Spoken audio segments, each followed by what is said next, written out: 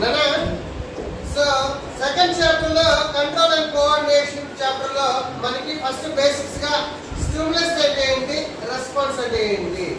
Stimulus is anything that trigger a physical or a behavioral change. అంటే ఏదైనా కావచ్చు, ఒక జీవి శరీరంలో అది ఫిజికల్ గా గాను బిహేవియరల్ గా చేంజెస్ తీసుకొని వచ్చినట్టయితే దాన్ని ఒక స్టిమ్యులస్ అంటారు. అంటే ఏంటి అంటే ఏంటి ఆ చేంజెస్? ఫర్ ఎగ్జాంపుల్ పరిగెత్తు వస్తున్నటువంటి కుక్కను చూసినప్పుడు మన శరీరంలో వచ్చినటువంటి మార్పు, ఒకటి తీక్షణంగా దాన్ని చూస్తాము, ఆ తర్వాత దాన్ని చూసి భయపడతాము. భయపడినప్పుడు రెండు విషయాలు చేస్తాము, ఒకటి ధైర్యంగా రాయేసి కొట్టడము లేదా పారిపోవడము చేస్తాము ఒకటి.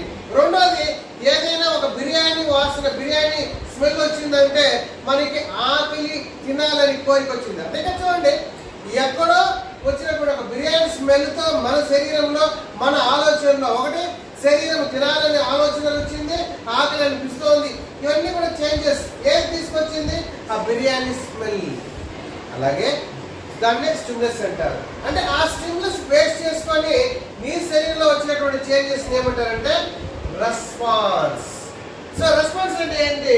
ఏ response is a behaviour that is manifested by a living organism which is a result of maybe external or internal stimuli. అంటే ఒక రెస్పాన్స్ అనేది బయట నుంచి కావచ్చు లేదా ఇంటర్నల్ స్టిమ్యులస్ కావచ్చు, బయట నుంచి స్టిమ్యులస్ కావచ్చు. ఫర్ ఎగ్జాంపుల్ మనం ఎక్కువగా నీళ్ళు తాగాము, ఒక 1 అవర్ తర్వాత మనలోనే ఎటువంటి రెస్పాన్స్ వస్తుందంటే యూరిన్ పోవాలి అని ఒక తలంపు వస్తుంది, దాన్నే రెస్పాన్స్. అంటే నీళ్ళు ఎక్కువగా తాగినందువల్ల నీ శరీరంలో అంతర్గతంగా వాటర్ ఎక్కువగా పెరిగిపోవడం వల్ల నీకేమొచ్చింది? యూరిన్ పోవాలని తలంపు వచ్చింది, దాన్నే రెస్పాన్స్ అని అంటారు. ఒక బేసిక్ గా ఒక న్యూరల్ స్ట్రక్చర్ మనం చూసుకున్నట్టయితే దాంట్లో ఏమేమి ఉంటాయంటే సెంట్రల్ లో ఉండేదాన్ని సైటాన్, సెల్ బాడీ, సోమా అని 3 పదాలు ఏదైనా కానీ ఇక్కడ సెల్ బాడీ, సైటాన్ అవునా లేదా స్ట్రోమా అని కూడా పిలుస్తారు, వాటెవర్ మేబీ. సో ఇలా ఉంటుంది. ఒక న్యూరల్ స్ట్రక్చర్ లో బేసిక్ గా 3 పార్ట్స్ ఉంటుంది. Cell body, axon, dendrites. చూడండి, ఇక్కడ ఒక సైటాన్ లో ఆ న్యూక్లియస్ ఉంటుంది. ఆ తర్వాత ఇక్కడ చూడండి ఒక బ్రాంచ్డ్ స్ట్రక్చర్స్ ఉంటాయి, ఒక బ్రాంచ్డ్ స్ట్రక్చర్స్. ఆ బ్రాంచ్డ్ స్ట్రక్చర్స్ ఏమంటారంటే డెండ్రైటిస్ అని అంటారు. సో ఈ డెండ్రైటిస్ యొక్క మెయిన్ పని ఏంటంటే వేరొక న్యూరాన్ నుంచి రెస్పాన్స్ ని, అంటే వేరొక న్యూరాన్ నుంచి నెర్వ్ ఇంపల్స్ ని తీసుకోవడం కావచ్చు, లేదా సెన్సరీ ఆర్గన్స్ నుంచి. అంటే మన శరీరంలో సెన్స్ ఆర్గన్స్ ఏది? Eyes, ears, nose, tongue, skin, ఇవన్నీ సెన్స్ ఆర్గన్స్. ఈ సెన్స్ ఆర్గన్స్ నుంచి వచ్చినటువంటి ఇన్ఫర్మేషన్ ని డెండ్రైటిస్ రిసీవ్ చేసుకుంటుంది. అంటే ఒక న్యూరాన్ అనే స్ట్రక్చర్ లో డెండ్రైటిస్ అనేది ఉన్నాయి. అవి ఏం చేస్తాయి? ఒక సెన్సర్ ఆర్గన్స్ ఇన్ఫర్మేషన్ ని తీసుకుంటాయి. సో అది డెండ్రైటిస్. ఆ తీసుకున్నటువంటి సమాచారాన్ని ఆ యొక్క సెల్ బాడీలోకి చేరవేస్తుంది. సెల్ బాడీ ఆ యొక్క ఇన్ఫర్మేషన్ ని ప్రాసెస్ చేసి అక్కడి నుంచి దాని నుంచి రిటర్న్ గా, అంటే వేరొక న్యూరాన్ కావచ్చు లేదా డైరెక్ట్ గా మజిల్ కావచ్చు, వాట్ ఎవర్ మేబీ, ఆ యొక్క సెల్ బాడీ నుంచి యాక్సాన్ ద్వారా కిందకి వెళ్తుంది. ఇక్కడ గుర్తుపెట్టుకోవాల్సిన విషయం ఏంటంటే డెండ్రైటిస్ అనేవి అనేకంగా ఉంటాయి, ఎక్కువగా ఉంటాయి, చాలా చిన్నగా ఉంటాయి, ఫైన్ బ్రాంచెస్. వెరాస్ యాక్సాన్ అనేది పొడవుగా ఉంటుంది. ఇక్కడ గుర్తుపెట్టుకోవాల్సిన విషయం ఏంటంటే ఒక డెండ్రైటిస్ ఒక సెన్సార్ నుంచి ఇన్ఫర్మేషన్ తీసుకోవచ్చు, at the same time information ఇక్కడ నుంచి వేరొక న్యూరాన్ ఈ డెండ్రైట్ ద్వారా వెళ్ళొచ్చేమో, కానీ యాక్సాన్ లో అలా కాదు. యాక్సాన్ లో సైటాన్ లో ఏ ఇన్ఫర్మేషన్ అయితే ఉందో అదే ఇన్ఫర్మేషన్ యాక్సాన్ ద్వారా వేరొక న్యూరాన్ కి వెళ్తుంది. ఇక్కడ ఇంకో కాన్సెప్ట్ ఉంది. ఇక్కడ ఏంటంటే యాక్సాన్ చుట్టూ ఒక కొలెస్ట్రాల్ తో ఏర్పడినటువంటి ఆ యొక్క షీత్ ఉందనుకోండి, దాన్ని మైలినేస్ షీత్ అంటారు. అంటే so an axon is covered by myelin sheath which is made up of cholesterol or fat తో తయారైంది. సో ఎందుకు ఈ మైలిన్ షీత్ ఉందంటే, అవునా, సో ఎక్కడ కూడా ఇంపల్స్ అనేది లీకేజ్ కాకుండా, ఇంపల్స్ అనేది గా అవ్వడం కోసము. ఇక్కడ ఇంకొక పాయింట్ అన్న, wherever there is a myelin sheath the nerve impulse will be faster. Wherever there is no myelin sheath then but that particular లో axon లో ఇంపల్స్ అనేది స్లోగా ఉంటుంది when compared to myelin sheath. ఈ కాన్సెప్ట్. నెక్స్ట్ కాన్సెప్ట్, axon కి చివరి భాగంలో axon terminal అంటారు, axon terminal అని అంటారు. సో axon terminal లో ఏముంటుందంటే సినాప్టిక్ నాబ్ అని ఉంటుంది. సో ఆ నాబ్ లో ఏముంటుందంటే న్యూరో ట్రాన్స్మిటర్ అనే కెమికల్ ఉంటుంది, దట్ ఈస్ అసిటైల్ కోలైన్. ఇక్కడ చూడండి,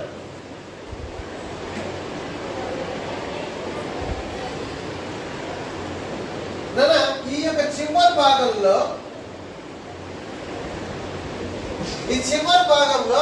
ఆక్సాన్ యొక్క చివరి భాగము దాన్ని సినాప్టిక్ నాబ్ అంటారు, సినాప్టిక్ నాబ్. సో దీంట్లో ఏముంటుందంటే దీని యొక్క చివరి భాగంలో ఈ డయాగ్రామ్ నేను జూమ్ చేసి చూపిస్తున్నా. సో ఇక్కడ ఏముంటుందంటే దీని లోపల అవునా వెసికల్స్ లాగా ఉంటుంది, వెసికల్స్ లాగా ఉంటుంది. దాంట్లో ఉండే ఆ యొక్క కెమికల్ పేరు ఏంటంటే అసిటైల్ కోలైన్. అవునా? సో ఇక్కడ నర్వ్ ట్రాన్స్మిషన్ లో రెండు రకాలు, ఒకటి కెమికల్ ట్రాన్స్మిషన్ లేదా ఎలక్ట్రికల్ ట్రాన్స్మిషన్. కెమికల్ ట్రాన్స్మిషన్ లో ఏం జరుగుతుందంటే ఒక కెమికల్ ద్వారా ఒక న్యూరాన్ లో ఉండే ఇన్ఫర్మేషన్ వేరొక న్యూరాన్ కి వెళ్తుంది. సో ఒక కెమికల్ ద్వారా వెళ్తున్నటువంటి దాన్ని ఏమంటారంటే అసిటైల్ కోలైన్ అనే ఒక న్యూరో ట్రాన్స్మిటర్ లిక్విడ్ అనేది, అవునా, అది ఒక సినాప్టిక్ నాబ్ లో ఉంటుంది. నెక్స్ట్ సినాప్టిక్ నాబ్ లో ఉన్న తర్వాత వేరొక ఇది వేరొక నెర్వ్, ఇది ఒక నెర్వ్ ఎండింగ్, ఇది ఒక నెర్వ్ ఎండింగ్, వేరొక నెర్వ్ ఎండింగ్ ఇక్కడ ఉంటుంది. సో దీంట్లో ఉండే ఒక కెమికల్, దీనికి వచ్చిన తర్వాత ఆ కెమికల్ ద్వారా ఈ నెర్వ్ లో ఉండే ఇంపల్స్ ఈ కెమికల్ ద్వారా వేరొక నెర్వ్ కి వెళ్తుంది. సో ఇక్కడ ఒకటే గుర్తుపెట్టుకోవాలి, కెమికల్ ట్రాన్స్ఫర్స్ లో ఏమవుతుందంటే కెమికల్ ఒక నెర్వ్ నుంచి బయటకు వచ్చిన తర్వాత ఆ కెమికల్ ఎంత దూరం డిస్ట్రిబ్యూట్ అయిపోతుందో అన్ని నెర్వ్స్ కి ఆ ఇన్ఫర్మేషన్ పాస్ అయిపోతుంది. సో ఎలాగైతే ఒక డ్రాప్ వాటర్ మనం కింద వేసినప్పుడు ఆ వాటర్ అలా స్ప్రెడ్ అవుతుంది. సో అలా స్ప్రెడ్ అయినప్పుడు ఏమవుతుంది, మొత్తం విషయము మిగతా సెల్స్ కూడా ఆ ఇంపల్స్ వెళ్ళిపోతుంది. దాన్నే కెమికల్ ట్రాన్స్ఫర్ అంటారు. మరి ఎలక్ట్రికల్ ట్రాన్స్ఫర్స్ ఇంకొక రకం ఉంది.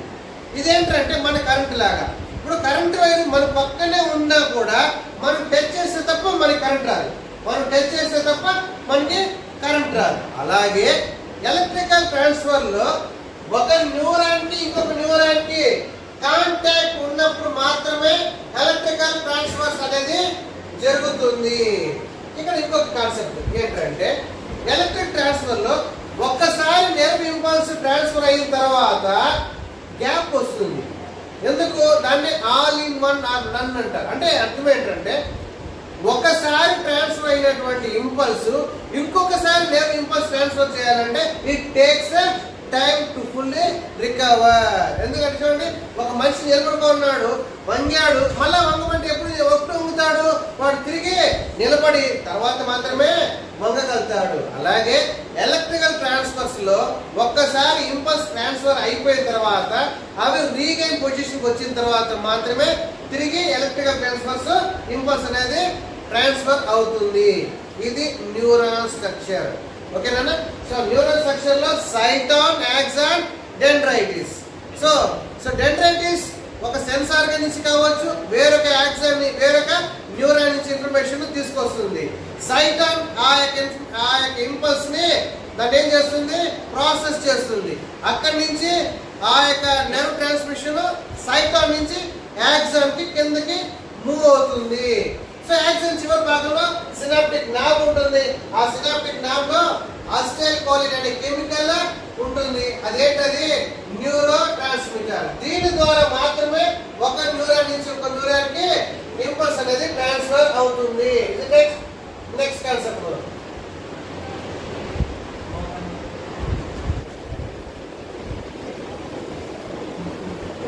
నెక్స్ట్ ఒక నెర్వ్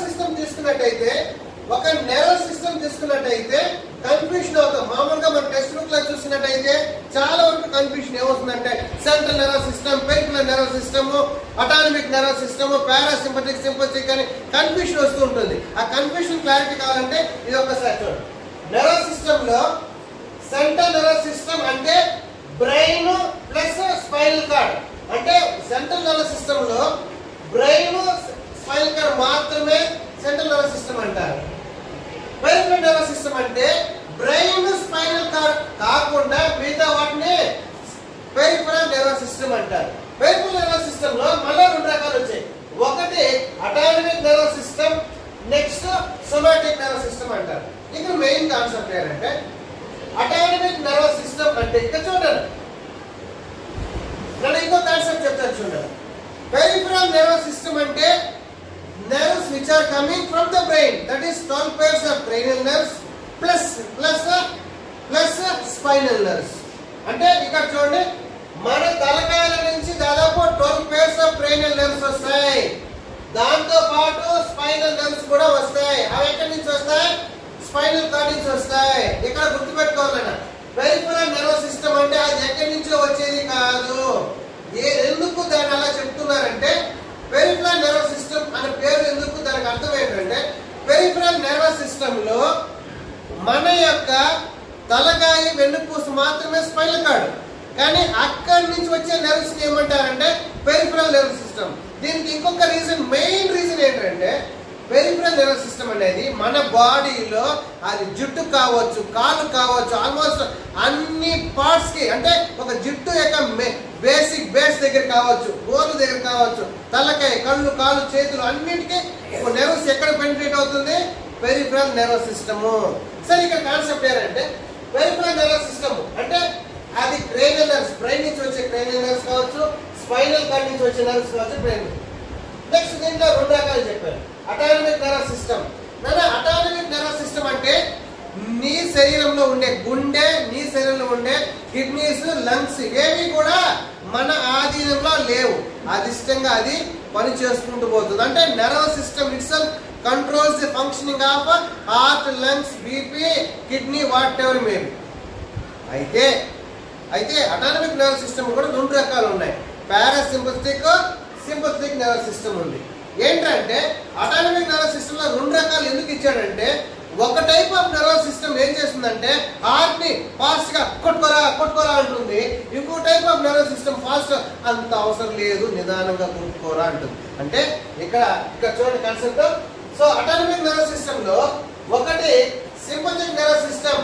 ఇదేం చేస్తుందంటే అరోజింగ్, అంటే అలర్ట్ గా ఉండు, ఫాస్ట్ గా కొట్టుకో, అవునా అని చెప్తుంది. Next somatic nervous system.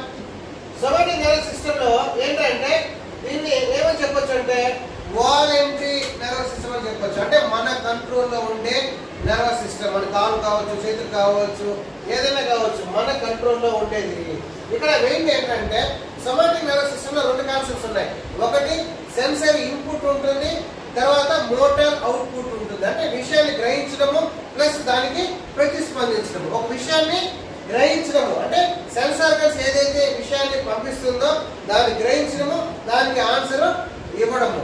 So రెండు కూడా ఈ సోమాటిక్ నర్వస్ సిస్టమ్. అంటే ఇక్కడ చూడండి, somatic nervous system brings coordination, organs communications between sense organs and muscles.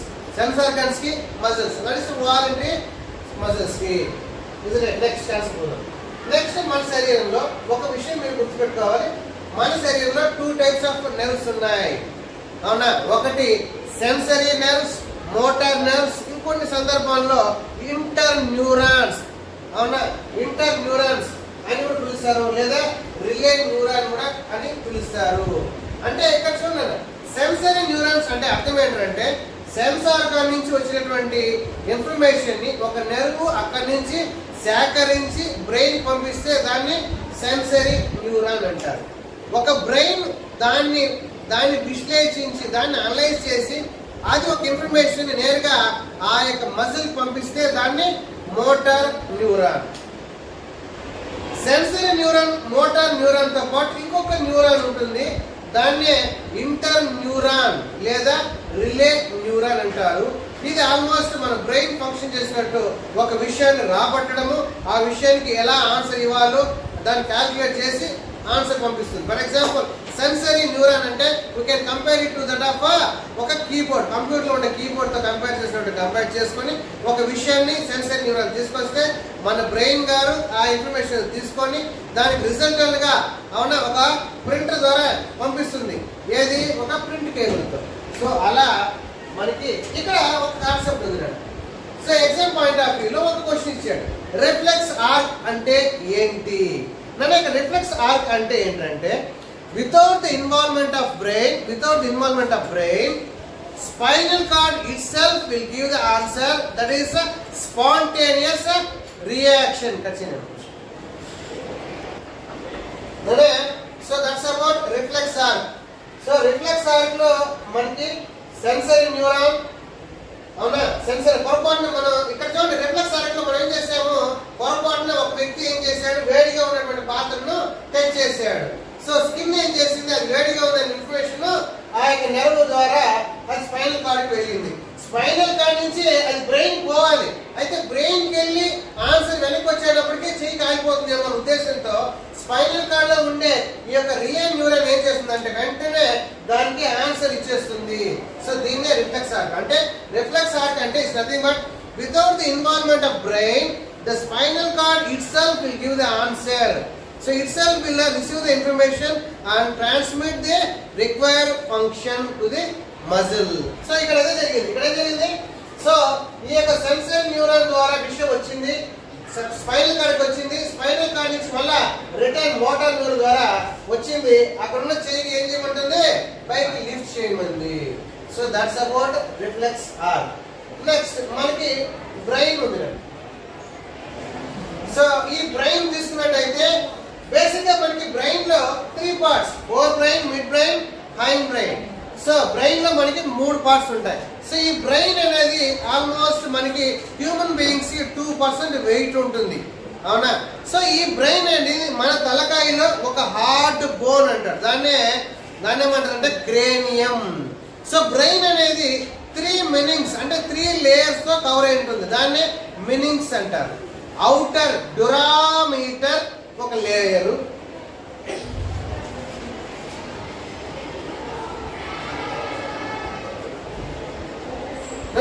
Outer dura mater అంటారు, middle arachnoid membrane, inner pia mater అంటారు. సో జస్ట్ మనకు కావాల్సిన కాన్సెప్ట్ ఏంటంటే మన బ్రెయిన్ 3 లేయర్స్ తో కవర్ ఉంటుంది. Outer dura mater, middle arachnoid membrane, inner pia mater. So ఈ 3 layers తో లోపల సెరిబ్రోస్పైనల్ ఫ్లూయిడ్ ఉంటుంది. ఆ ఫ్లూయిడ్ తో బ్రెయిన్ రక్షింపబడి ఉంటుంది.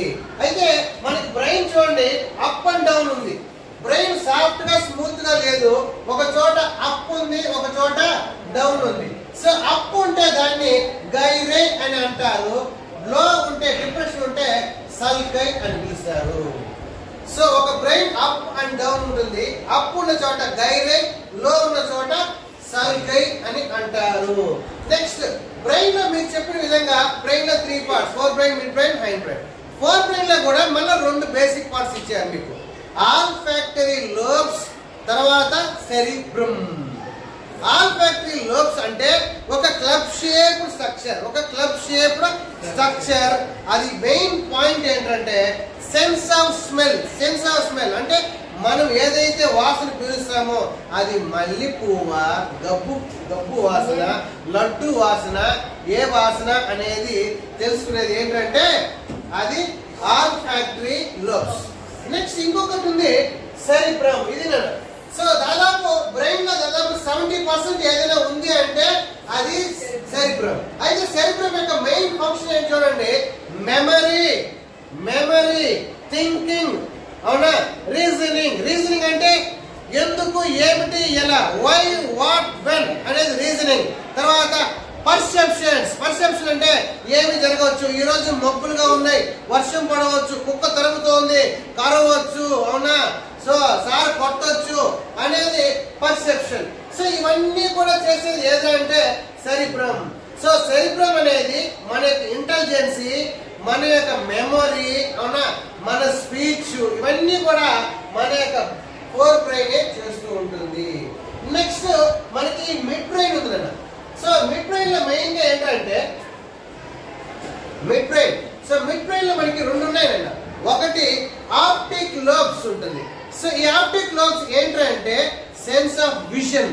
సో మనం ఏదైతే చూస్తుంటామో దాన్ని మన బ్రెయిన్, అవును ఇది గోడ, ఇది స్కూటరు, ఇది బస్సు అనేది మన బ్రెయిన్ దాన్ని ఐడెంటిఫై చేసుకుంటుంది.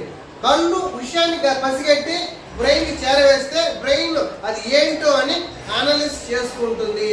ఒక్కొక్కసారి మనము కళ్ళు మూస్తే కూడా మన కంటి ముందర ఇమేజ్ కనబడుతూ ఉంటుంది. అంటే అర్థం ఏంటంటే ఒక మనిషి సాధారణంగా 1 minute కి 15-20 సార్లు కన్ను రెప్పులు క్లోజ్ చేసినా కానీ చీకటి అనేది అతను అనిపించడు. కారణం ఏంటంటే మన బ్రెయిన్ ఆ ఇమేజ్ ని ముందుగానే ప్రొజెక్ట్ చేస్తూ ఉంటుంది. Is it right? అంతటి పవర్ఫుల్ మన brain. So sense of vision ఏం చేస్తుందంటే ఆప్టిక్ లోబ్స్ మిడ్ బ్రెయిన్ లో ఉండేది. దాని మీకు టెక్స్ట్ బుక్ లో ఇంకొక పార్ట్ ఇచ్చాడు, దట్ ఈస్ ద పోనస్. ఈ పోనస్ అంటే ఏంటంటే మిడ్ బ్రెయిన్ లో ఉంటుంది. ఇది ఏం చేస్తుంది అంటే ఫోర్ బ్రెయిన్ ని హైండ్ బ్రెయిన్ ని కలుపుతుంది.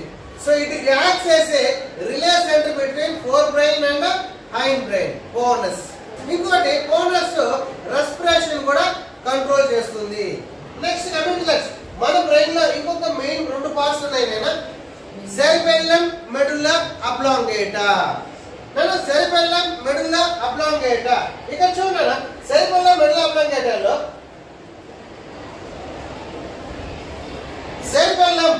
సెరిబెల్లమ్ ఈ సెరిబెల్లమ్ ఏం చేస్తుందంటే బ్రెయిన్ లో ఉండే హైండ్ బ్రెయిన్ లో ఉండేది సెరిబెల్లమ్.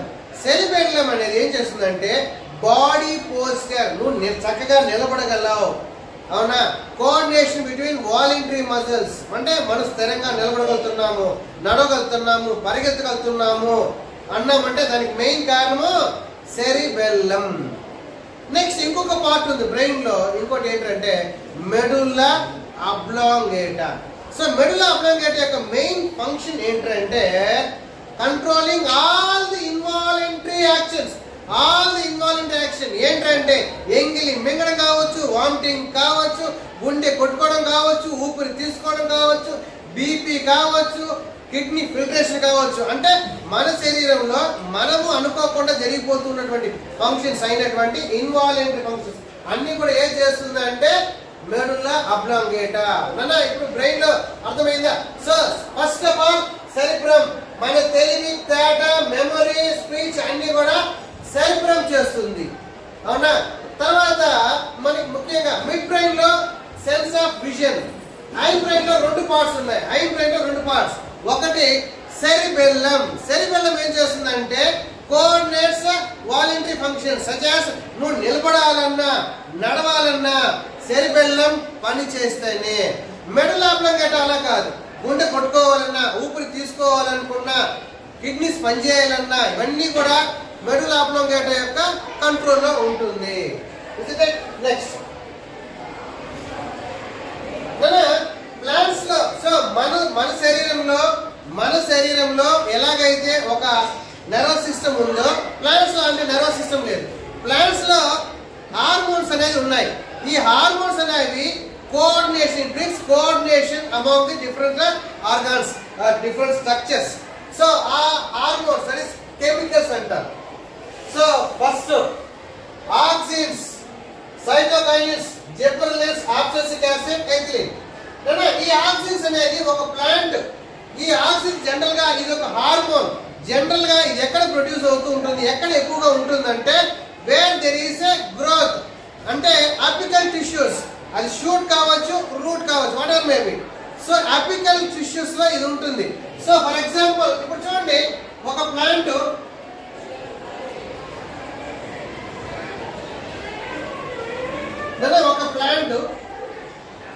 ఒక ప్లాంట్ యొక్క చివరి భాగంలో ఆక్సిన్స్ అనేది రిలీజ్ అవుతుంటుంది.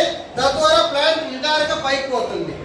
ఒకవేళ మనం ఒక ప్లాంట్ ని ఒక బాక్స్ లో బంధించి, ఒక ప్లాంట్ ని చెట్లు ఒక బాక్స్ లో బంధించి లైట్ మాత్రము ఒకవైపు నుంచి పంపిస్తే ఏమవుతుందంటే ఈ ఆక్సిన్స్ అనేవి ఈ పక్క ఎక్కువగా ప్రొడ్యూస్ అయ్యి ఈ పక్క గ్రోత్ ఎక్కువ జరిగి ఆ చెట్టు ఆ లైట్ వైపు వంగుతుంది. So simple answer. So whenever a plant is kept in a dark room and light is projected on the sideways, what happens? These oxygens will be produced on the shady part. అంటే light కాకుండా అవతల part లో ఇక్కడ అంటే యువతల నుంచి light పోతుంది, ఇది చెట్టు అవునా. సో ఆక్సిజన్స్ ఈ పక్క ప్రొడ్యూస్ అయ్యి ఈ పక్క సెల్ డివిజన్స్ ఎక్కువ పెరిగి ఆ చెట్టు ఏమైపోతుంది, ఈ వైపుకి లైట్ వైపుకి వంగుతుంది. సో అది ఏం చేస్తుంది, oxygens. Next condition, next cytokinesis, cell division. అంటే ఇప్పుడు సెల్ ఎలాంగేషన్ కి సెల్ గ్రోత్ కి సెల్ డివిజన్ కి మూడు తేడా. సెల్ గ్రోత్ అంటే అది ఎలాంగేషన్ సెల్ డివిజన్ రెండింటికి కలగలిపి అని చెప్పొచ్చు. కానీ సెల్ ఎలాంగేషన్ అంటే చూడండి మూడు పదాలు వచ్చాయి ఇక్కడ. సెల్ డివిజన్ అంటే ఏంటంటే సెల్ డివిజన్ అంటే ఏంటంటే ఒక్క సెల్ కాస్త రెండు సెల్లుగా అవుతే దాన్ని సెల్ డివిజన్ అంటారు. ఒక్క సెల్ నుంచి రెండు సెల్ వచ్చినా లేదా నాలుగు సెల్ వస్తే దాన్ని సెల్ డివిజన్ అంటారు. ఒక్క సెల్ కాస్త ఇంతుండే సెల్ కాస్త ఇంత సెల్ అవుతే దాన్ని సెల్ ఎలాంగేషన్ అని అంటారు. సో సెల్ ఎలాంగేషన్ అంటే అర్థమైంది, సెల్ డివిజన్ అంటే అర్థమైంది. సో అది ఏం తీసుకొస్తుంది, సైటోకైనెసిస్. సైటోకైనెసిస్ ఇంకొకటి చేస్తుంది, డిలేయింగ్ ఏజింగ్ ఆఫ్. ఆకులు రాలేది లేట్ చేస్తుంది అవునా. సో త్వరగా ఆకులు రాలేకుండా లేట్ చేస్తుంది. నెక్స్ట్ జిబ్బర్లిస్. సో ఈ జిబ్బర్లిస్ ఏం చేస్తుందంటే గ్రోత్ మెయిన్ ఇక్కడ చూడండి, సీడ్ జర్మినేషన్, ఫ్లవరింగ్ అవునా, cell division, cell seed growth. ఇక్కడ మెయిన్ ఏంటంటే జిబ్బర్లిన్స్ అనే హార్మోన్ మొలకెత్తడము, తర్వాత పువ్వులు రావడము, సెల్ డివిజన్, ఇవన్నీ కూడా దేని కంట్రోల్లో ఉంటుంది, జిబ్బర్లిన్స్. సో ఇక్కడ ఏంటంటే జిబ్బర్లిన్స్ అనే హార్మోన్ ఒక చెట్టు లోపల గింజలు మొలకెత్తడం కావచ్చు అవునా, సెల్ డివిజన్ కావచ్చు, అవన్నీ కూడా ఏం చేస్తుంది, gibberellins. Next condition abscisic acid. Abscisic acid మీకు చెప్పిన విధంగా డార్మెన్సీ. ఒక గింజ ఉంది, ఆ గింజ బతికిందా చచ్చిందా అంటే ఎస్ అది బతికే ఉంది, కాకపోతే ఎలాంటి సిచ్యువేషన్ ఉంది, all the metabolic activities in the seed is been suspended. అంటే దాని ఇంకా చెప్పాలంటే inactive period, అంటే ఆ గింజ చచ్చిపోలేదు, బ్రతికే ఉంది, కాకపోతే నిద్రావస్థలో లేదా సుప్తావస్థ కూడా అంటారు. సో దానికి నీళ్లు గాలి అందితే తప్ప అది మొలకెత్తదు. సో ఇలా ఈ యొక్క అబ్సెసిక్ యాసిడ్ ఏం చెప్తుందంటే ఒరే గింజ అనువైనటువంటి వాతావరణం ఇంకా రాలేదు, నువ్వు అలానే ఉండు అంటుంది. అనువైనటువంటి వాతావరణం అంటే ఏంటి, గాలి నీరు అవునా, వెలుతురు మూడు రాకపోతే అది దానికి అనువైనటువంటి వాతావరణం కాదు అనే లెక్క. సో అలా ఇదేం చేస్తుంది, abscisic acid promotes dormancy of buds and seeds. ఇంకోటి కాస్ విల్టింగ్ అంటే ఏంటి, ఎండ ఎక్కువగా ఉంది, చెట్టుకు నీళ్లు నువ్వు పోయలేదు, ఆకులు ఏమవుతుంది, ముడుచుకుంటుంది. ఇలా ఆకులు ముడుచుకోవడానికి ముఖ్యమైనటువంటి కారణం ఏంటంటే ఆకు కానీ వెడల్పుగా ఉన్నట్టయితే ఎక్కువగా నీరు ఆవిరయ్యే ప్రమాదం ఉంది. ఆ నీరు ఆవిరి కాకుండా చెట్లు ఇంకొంచెం కాపాడుకోవడానికే ఆ చెట్ల యొక్క ఆకులు ముడతపోతాయి. నీళ్లు కానీ నువ్వు పోసావంటే నీరు సమృద్ధిగా అందిన తర్వాత మళ్ళా ఆకులు విరుచుకుంటుంది. సో ఆకులు ఇలా ముడుచుకునే దాన్ని విల్టింగ్ అంటారు. దాని కారణము నీళ్లు ఆవిరి అవ్వకుండా ఉండడం కోసము. Next condition ethylene. ఎథిలిన్ అనేది ఒక హార్మోన్. ఇది ఏం చేస్తుందంటే కాయల్ని పండు చేస్తుంది. అది మామిడికాయని పండు చేయడం, జామకాయని పండు చేయడం, వాటర్ మేబీ.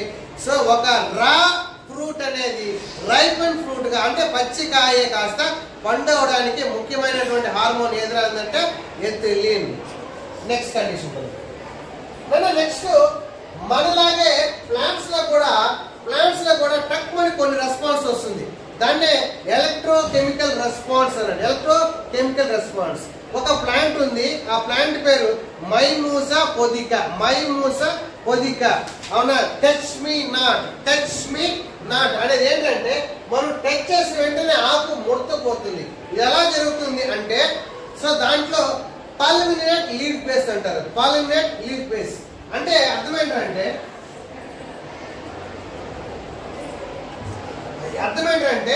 ఒక ఆకు యొక్క చివరి భాగంలో ఏముంటుందంటే వాటర్ ఉంటుంది. మనం టచ్ చేసినప్పుడు మన టచ్ వల్ల ఆ ఎలక్ట్రికల్ ఇంపల్స్ అనేది ఇక్కడికి వెళ్ళి ఈ వాటర్ అనేది ఏమవుతుందంటే అలా స్టెమ్స్ లోపలికి వెళ్ళిపోతుంది. అవునా? స్టెమ్ లోకి వెళ్ళిపోయి ఎలాగైతే ఒక గాలి బెలూన్, ఒక బెలూన్ లో గాలి ఉన్నంత వరకు బెలూన్ నాకన్నా పెద్ద పోటుగాడు ఎవరు లేదన్నట్టు వెడల్పుగా ఉంటుంది, లోపల గాలి తీసేసి కుస్తుపోతుంది. అలాగే ఒక ఆకు యొక్క బేసుల్లో నీళ్లు ఉంటుంది. మనం టచ్ చేసినప్పుడు ఆ నీళ్లు స్టెమ్స్ వెళ్ళిపోయేకాడికి దాంట్లో బోర్ అయిపోయి ఆకు ఏమైపోతుంది, క్లోజ్ అవుతుంది. కొంతసేపు తర్వాత అదే నీళ్లు మళ్ళా వెనక్కి వచ్చినప్పుడు మళ్ళా ఆకు విరుచుకుంటుంది. సో దీన్ని ఇంకోలా కూడా చెప్పారు.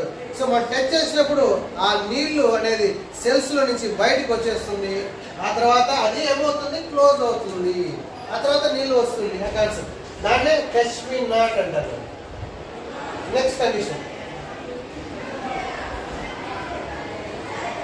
సో ప్లాంట్స్ లో కూడా మూవ్మెంట్స్ ఉన్నాయి. ప్లాంట్స్ లో కూడా మూవ్మెంట్స్ కనిపిస్తున్నాయి. అంటే ప్లాంట్స్ మనలాగా ఒక చోట నుంచి ఒక చోటకి మూవ్మెంట్ ఇవ్వకపోయినా, ఒక చోట నుంచి ఒక చోటకి వెళ్ళకపోయినా, లోకోమోషన్ అనేది చూపించకపోయినా, శరీరంలో కొన్ని కదలికలు అంటే ప్లాంట్స్ లో కొన్ని భాగాల కదలికలు ఉంటుంది. సో అది ఫస్ట్ ఆఫ్ ఆల్ ఫోటోట్రాఫిక్ మూవ్మెంట్ అంటాడు. ఫోటోట్రాఫిక్ అంటే ఏంటి? లైట్. ఫర్ ఎగ్జాంపుల్ ఒక సన్ఫ్లవర్ ఉంది. సన్ఫ్లవర్ ఏం చేస్తుందంటే ఆ యొక్క సన్ఫ్లవర్ ప్లాంట్ ఫ్లవర్ సన్ ఏ వైపు ఉందో ఆ వైపు ఇలా బెండ్ అవుతుంది. అదొక ఎగ్జాంపుల్. అయితే రెండో ముఖ్యమైనటువంటి ఎగ్జాంపుల్, ఒక చెట్టుని, ఒక పూల కుండీలో ఉండే ఒక చెట్టుని పడుకోబెట్టేసాడు. పడుకోబెట్టేసిన తర్వాత అదేమవుతుంది, వారం 10 రోజులకి ఆ యొక్క ఆకులు అంతవరకు ఇక్కడ చూడండి, నువ్వేం చేసావు, ఒక పూల కుండీని ఇలా పడుకోబెట్టేసావు. దాని ఆకులన్నీ కూడా ఇలానే ఉన్నాయి, ఇలా ఉన్నాయి ఆకులు. అవునా? ఇలా ఉన్నాయి. వారం 10 రోజుల తర్వాత ఎండ పడితే ఏమవుతుంది, ఆకులన్నీ కూడా మలైపోతుంది. ఆకులన్నీ కూడా చుట్టే ఇలా తిరిగిపోయి ఆకులు ఇలా వస్తుంది. అంటే లైట్ ఏ వైపు ఉందో ఆ వైపు ప్లాంట్ యొక్క లీఫ్ మలుగుంటుంది. దాన్నే ఫోటోట్రాఫిక్ మూవ్మెంట్. మూవ్మెంట్ అవునా, టువర్డ్స్ లైట్, దాన్నే పాజిటివ్ ఫోటోట్రాఫిక్ మూవ్మెంట్ అంటారు. నెక్స్ట్ ఇంకోటి జియోట్రాఫిక్ మూవ్మెంట్ అని ఇంకోటి ఉంది. జియోట్రాఫిక్ మూవ్మెంట్ అంటే ఒక చెట్టు యొక్క వేర్లు భూమి వైపు ఆకర్షణకు లోనై కిందకి వెళ్తే దాన్ని జియోట్రాఫిక్ మూవ్మెంట్ అంటే గ్రావిటీ. అంటే ఒక చెట్టు యొక్క వేర్లు భూమి ఆకర్షణకి కింద వైపు పయనిస్తే దాన్ని జియోట్రాఫిక్ మూవ్మెంట్ అంటారు. నెక్స్ట్ ఇంకోటి హైడ్రోట్రాఫిక్ మూవ్మెంట్ అంటే ఒక చెట్టు యొక్క వేర్లు నీళ్లు ఏ వైపు ఉన్నాయో ఆ వైపు బెండ్ అవుతే దాన్ని హైడ్రోట్రాఫిక్ మూవ్మెంట్ అంటారు. నెక్స్ట్ టిగ్మోట్రాఫిక్. కొన్ని ప్లాంట్స్ ఉంటాయి, వాటి ప్లాంట్స్ లో ఆకులు కావచ్చు లేదా దాంట్లో ఉండే టెండ్రిల్స్ ఏం చేస్తాయంటే వేరొక కొమ్మను చుట్టుకుంటూ ఉంటాయి. అదేంటి ఆ బొమ్మ చూపిస్తుంటాయి.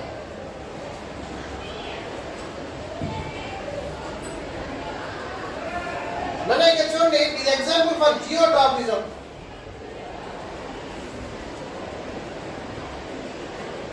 చూడండి, ఒక చెట్టు యొక్క వేర్లు పాజిటివ్ జియోట్రాఫిజం అంటే వేర్లు వైపు వెళ్తుంది. చెట్టు యొక్క షూట్ పైకి వెళ్తోంది. దీన్ని నెగటివ్ జియోట్రాఫిజం అంటారు. నెక్స్ట్ ఇక్కడ చూడండి హైడ్రోట్రాఫిజం. అవునా, ఒక చెట్టు నాటావు, నీళ్ళు ఒకవైపు అందుతోంది అంటే ఆ వేర్లు వెళ్ళిపోతుంది, ఆ నీళ్ళ వైపుకే ఆ యొక్క వేర్లు బెండ్ అవుతుంది. దీన్నే hydrotropism. So movement of roots towards water, దాన్ని హైడ్రోట్రోఫిజం అంటారు. నెక్స్ట్ ఇక్కడ చూడండి టిగ్మోట్రోఫిజం. టిగ్మోట్రోఫిజం అంటే ఏంటంటే ఒక చెట్టులో ఉండే టెండ్రిల్స్ అంటారు. దీన్ని టెండ్రిల్స్. ఈ టెండిల్స్ ఏం చేస్తాయంటే అవి ఏ వైపు అయితే పట్టుకుంటాయో, ఇప్పుడు ఇది టెండిల్ అనుకున్నాను, ఒక చెట్టు వేరే చెట్టుని పట్టుకున్నాయి, ఆ వైపు అతుక్కుంటుంది, ఆ వైపుకి అతుక్కుంటుంది, అతుక్కున్న వైపు పెరగదు, దానికి ఆపోజిట్ సైడ్ లో పెరుగుతుంది కాబట్టి ఆ సైడ్కి వస్తుంది. సో ఇలా ఇలా అంటే ఇక్కడ చూడండి, మరొకసారి డయాగ్రామ్ వేస్తారు చూడండి. ఇప్పుడు ఇది ఎలా ఉంది, ఈ యొక్క టెండ్రిల్ ఇది ఉంది కదా, ఈ టెండ్రిల్ దీని దగ్గరికి వచ్చింది, ఈ పార్ట్ పెరగదు, దాని చుట్టూ ఉండేది ఇది పెరుగుతూనే ఉంటుంది. అవునా? మీకు ఇంకొక ఎగ్జాంపుల్ చూస్తాను చూడండి. ఇప్పుడు ఇలా ఉంది,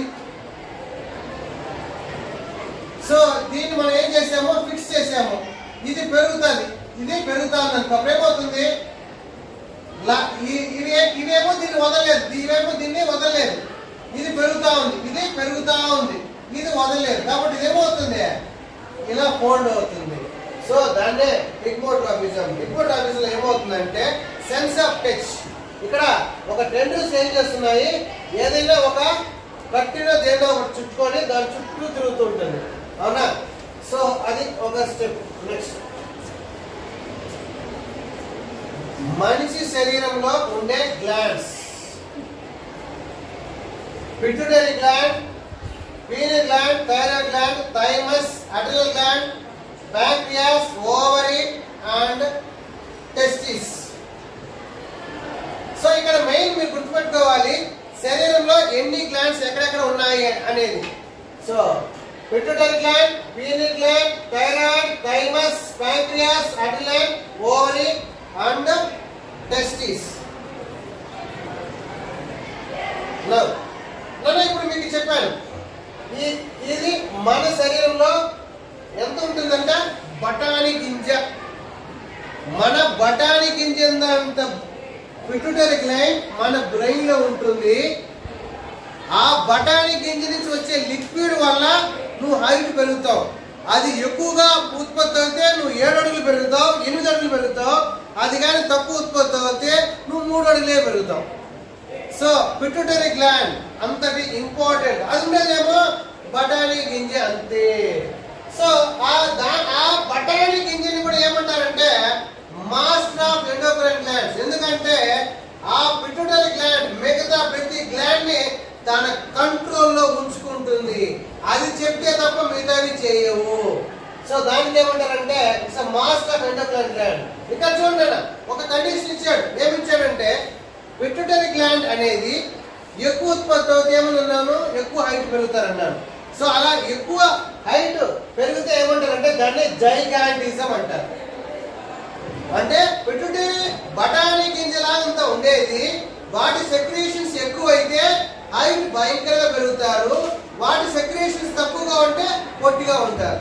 సో హైట్ బాగా పెరిగితే జైగాంటిజము, పొట్టిగా ఉంటే డార్ఫిజము. అర్థమైందా? జైగాంటిజము, డార్ఫిజము. ఒక్కొక్కసారి అడల్ట్స్ లో ఎక్కువ పెరిగితే ముఖము అక్రోమెల్గి అంటారు. అంటే ముఖము ఒక గొరిల్లా ముఖం లాగా, అవునా, కళ్ళు బయటకు వచ్చి, ముక్కు బొడుగ్గా వచ్చి, కిందకు వచ్చి, అలా ఒక వికృతమైనటువంటి ఆకృతి. అంటే ఇక్కడ చూడండి, పిట్యూటరీ హార్మోన్ లో గ్రోత్ హార్మోన్ అనేది ఉంది. గ్రోత్ హార్మోన్ 3 రకాలు, 3 సమస్యలు వస్తున్నాయి. ఎక్కువగా ఉత్పత్తి అవుతే హైట్ బాగా పెరుగుతారు, దాన్ని జైగాంటిజం అంటారు. తక్కువగా ఉత్పత్తి అవుతే పొట్టిగా ఉంటారు. అవునా? అంటే చిన్నప్పుడు కానీ ఈ హార్మోన్ తక్కువ ఉత్పత్తి అవుతే వాడు హైట్ పెరగడు, మరుగుజ్జుగానే ఉంటాడు, దాన్ని డార్ఫిజం అంటారు. చిన్నప్పటి నుంచి ఎక్కువగా ఉత్పత్తి అవుతే వాడు హైట్ పెరుగుతూ ఉంటాడు, 8 అడుగులు, జైగాంటిజము. పెరిగిపోయిన తర్వాత కూడా ఉత్పత్తి అవుతే అప్పుడు వాడు ముఖము గొర్రెలాగా, కళ్ళు బయటకు వచ్చి, చెవులు పెద్దదిగా అయిపోయి, దవడ కిందకు ముందుకు వచ్చి, ఒక విధంగా, అవునా, ఒక గొర్రెలాగా వస్తే దాన్ని ఏమంటారు, యాక్రోమెగాలి అంటారు. Next condition thyroid gland. So మనకి థైరాయిడ్ గ్లాండ్ ఇక్కడ ఉంటుంది. సో అది దాన్ని ఏమంటారు అంటే బటర్ఫ్లై థైరాయిడ్ గ్లాండ్ అంటారు. సో థైరాయిడ్ గ్లాండ్ మన శరీరంలో ఉండే ప్రోటీన్, కార్బోహైడ్రేట్, ఫ్యాట్ మెటబాలిజం ని కంట్రోల్ చేస్తూ ఉంటుంది. నెక్స్ట్ కండిషన్ ఏంటంటే ఒకవేళ పిట్యూటరీ గ్లాండ్, ఈ యొక్క థైరాయిడ్ గ్లాండ్ కి ఏం కావాలంట, మనం తినేటటువంటి అయోడిన్ కావాలి. మనం రోజు తీసుకున్నటువంటి సాల్ట్ లో అయోడిన్ ఉంటుంది, రోజు తీసుకునే సాల్ట్ లో అయోడిన్ ఉంటుంది.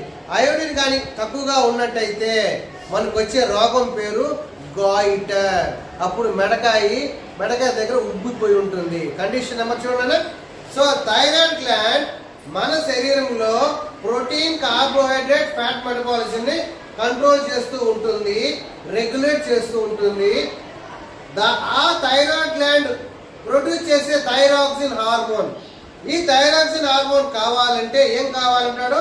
అయోడిన్ కావాలి. ఈ అయోడిన్ మనం తినేటటువంటి సాల్ట్ లో ఉంటుంది. ఇన్ కేస్ అయోడిన్ కానీ మనం తక్కువ తీసుకున్నట్టయితే మనకు వచ్చే రోగం పేరు గాయిటర్.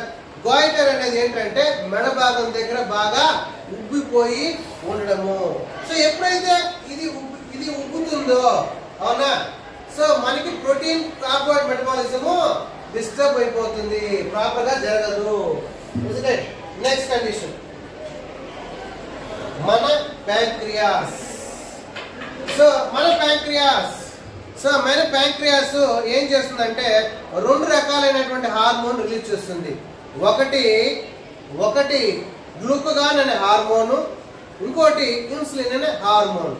ఇక చూడండి, ప్యాంక్రియాస్ 2 రకాలైన హార్మోన్ రిలీజ్ చేస్తుంది, glucagon and insulin. Insulin hormone ఏం చేస్తుందంటే బ్లడ్ లో ఉండే గ్లూకోజ్ లెవెల్ ని తగ్గిస్తుంది. సో ఇన్సులిన్ అనే హార్మోన్ బ్లడ్ లో ఉండే గ్లూకోజ్ ని తగ్గించి బ్లడ్ లో ఉండే గ్లూకోజ్ సెల్ లోపలికి పంపిస్తుంది. 2 ఫంక్షన్. ఇన్సులిన్ హార్మోన్ ఏం చేస్తుందంటే బ్లడ్ లో ఉండే గ్లూకోజ్ ని తగ్గిస్తుంది. ఎలా తగ్గిస్తుందంటే బ్లడ్ లో ఉండే గ్లూకోజ్ ని సెల్ లోపలికి పంపిస్తుంది. ఒక హార్మోన్. ఇంకొక హార్మోన్ ఉంది, గ్లూకగాన్ అనే హార్మోన్. ఒకవేళ నువ్వు సరిగా అన్నం తినలేదు, బ్లడ్ లో గ్లూకోజ్ కానీ లేకపోతే, అవునా, అదేం చేస్తుందంటే లివర్ లో ఉండే గ్లైకోజన్ ని గ్లూకోజ్ గా మార్చి బ్లడ్ లో గ్లూకోజ్ శాతాన్ని పెంచుతుంది. రివర్స్ అన్నమాట. ఇది ఏం చేస్తుంది? గ్లూకగాన్ అనే హార్మోన్ బ్లడ్ లో గ్లూకోజ్ లెవెల్ తగ్గిపోతే లివర్ లో ఉండే గ్లైకోజన్ ని గ్లూకోజ్ గా మార్చి నీ బ్లడ్ లో గ్లూకోజ్ లెవెల్ ని పెంచుతుంది. బ్లడ్ లో గ్లూకోజ్ లెవెల్ తగ్గిపోతే ఏమవుతుంది? మనం నీరసించిపోతాము, ఏ పని మనం చేయలేము. సో ప్యాంక్రియాస్ లో 2 రకాల హార్మోన్స్ ఉన్నాయి. నెక్స్ట్ కండిషన్, ఒకవేళ ఇంకో కండిషన్ మనకి రెగ్యులర్ గా మన ఇంట్లో వాళ్ళు చూస్తున్న రోగం ఏంటంటే డయాబెటిస్ మిల్లిట్స్. ఇదేంటంటే బ్లడ్ లో షుగర్ లెవెల్ పెరిగిపోవడము. నానా, డయాబెటిస్ లో 2 రకాలు, type 1 diabetes, type 2 diabetes. Type 1 diabetes ఏంటంటే ఇన్సులిన్ హార్మోన్ తక్కువగా ఉత్పత్తి అవుతే టైప్ 1 డయాబెటిస్ అంటారు. టైప్ 2 డయాబెటిస్ ఏంటంటే నీ సెల్స్ గ్లూకోజ్ ని యూటిలైజ్ చేసుకోకపోతే. ఇక్కడ 2 కాన్సెప్ట్ ఉన్నాయి కదా. ఫస్ట్ కాన్సెప్ట్, అన్నమే వండకపోతే ఒక రోగము, అన్నం వండినా నువ్వు తినకపోతే 2వ రోగము. టైప్ 1 డయాబెటిస్ లో ఇన్సులిన్ హార్మోన్ ఉత్పత్తి తక్కువగా ఉంది, అదొక టైప్. టైప్ 2 డయాబెటిస్ ఏంటంటే ఇన్సులిన్ హార్మోన్ ఉత్పత్తి అవుతోంది కానీ నీ సెల్స్ ఆ గ్లూకోజ్ ని వాడుకోవడం లేదు, కాబట్టి ఏమవుతుంది? ఇన్సులిన్ హార్మోన్ ఉన్న గ్లూకోజ్ బ్లడ్ లో పెరిగిపోతూ ఉంది. సో అది 2వ case. Next 3rd case, adrenal gland. ఈ అడ్రినల్ గ్లాండ్ మెయిన్ పని ఏంటంటే fight hormone, that is adrenaline అనే హార్మోన్ ని ఉత్పత్తి చేస్తుంది. అడ్రినలిన్ హార్మోన్ ఏం చేస్తుందంటే బ్లడ్ లోకి రిలీజ్ అయిన తర్వాత నీవు గుండె కొట్టుకునే వేగాన్ని పెంచుతుంది, ఊపిరి తీసుకునే వేగాన్ని పెంచుతుంది. అంటే adrenal hormone increases blood circulation, heart beat and respiration rate. ఇవన్నీ ఎందుకు పెంచుతుంది అంటే making an animal to fit for the situation. ఎటువంటి situation? Fight or flight. Fight అంటే పోరాడము, FIGHT అంటే ఫైట్, పోరాడము. ఫ్లైట్ అంటే పారిపోవడము. అంటే ఒక కుక్క నీ దగ్గరికి పరిగెత్తుకొస్తోంది, 2 మార్గాలు ఉన్నాయి. ఒకటి రాయి తీసుకొని కొట్టడం, దాన్నే ఫైట్, లేదా పారిపోవడము, ఫ్లైట్. ఈ రెండింటికి సంసిద్ధంగా చేసేది ఏదంటే మన శరీరంలో ఉండే అడ్రినల్ గ్లాండ్ రిలీజ్ చేసే అడ్రినల్ హార్మోన్. ఈ హార్మోన్ ఏం చేస్తుందంటే గుండె కొట్టుకునే వేగాన్ని పెంచుతాది. Next last gonads. So gonads మగవాళ్ళు అయితే టెస్టిస్, ఆడవాళ్ళు అయితే ఓవరీస్. ఈ రెండు సెక్రీషన్స్ వల్ల మగవాళ్ళుగా కనపడతారు, ఆడవాళ్ళు ఆడవాళ్ళుగా కనపడడానికి దాన్నే హార్మోన్స్ గోనెట్స్. మగవాళ్ళలో టెస్టిస్ రిలీజ్ చేసే హార్మోన్ పేరు టెస్టోస్టెరాన్. ఈ హార్మోన్ వల్ల మాత్రమే మగవాళ్ళ మీసాలు గడ్డాలు దృఢంగా అయ్యేది. కారణం ఏంటంటే టెస్టోస్టెరాన్ అనే హార్మోన్. ఆడవాళ్ళలో ఈస్ట్రోజన్ అనే హార్మోన్ రిలీజ్ అవుతుంది. ఈస్ట్రోజన్ అనే హార్మోన్ వల్ల మాత్రమే వాళ్ళు అందంగాను అమ్మాయిలాగా నాజుగ్గా తయారవుతారు. సో మనకి కావాల్సింది ఏంటంటే మన శరీరంలో రెండు రకాలైనటువంటి gonads, testis and ovaries. Testis males లో, ఓవరీ ఫీమేల్ లో. టెస్టిస్ టెస్టోస్టెరాన్ అనే హార్మోన్ రిలీజ్ చేసి it brings secondary sexual characters. Secondary sexual characters అంటే మీసాలు గడ్డాలు సౌండ్ గా రావడం, ఇవన్నీ కూడా secondary sexual. In case of males, in case of females అందంగాను అవునా నాజుగ్గా రావడాన్ని ఏమంటారు? దట్ ఈస్ ఈస్ట్రోజన్ అనే హార్మోన్. నెక్స్ట్ ఇంకొక హార్మోన్ ఉంది, ప్రొజెస్టరాన్ అనే హార్మోన్. ప్రొజెస్టరాన్ అనే హార్మోన్ కూడా ఓవరీ రిలీజ్ చేస్తుంది. ప్రొజెస్టరాన్ హార్మోన్ ఏం చేస్తుందంటే ఆ తల్లి గర్భము దాల్చినప్పుడు శిశువు పెరగడానికి కావాల్సినటువంటి చేంజెస్, అంటే తల్లి గర్భంలో శిశువు పెరగడానికి కావాల్సిన చేంజెస్ కావచ్చు, శిశువు పుట్టిన తర్వాత పాలు ఏర్పడాలి, అటువంటి చేంజెస్ అన్ని కూడా ప్రొజెస్టరాన్ అనే హార్మోన్ తీసుకొస్తుంది. ఈ హార్మోన్ ఎక్కడ రిలీజ్ అవుతుంది? ఓవరీలో రిలీజ్ అవుతుంది. దట్స్ అబౌట్ ఈ చాప్టర్.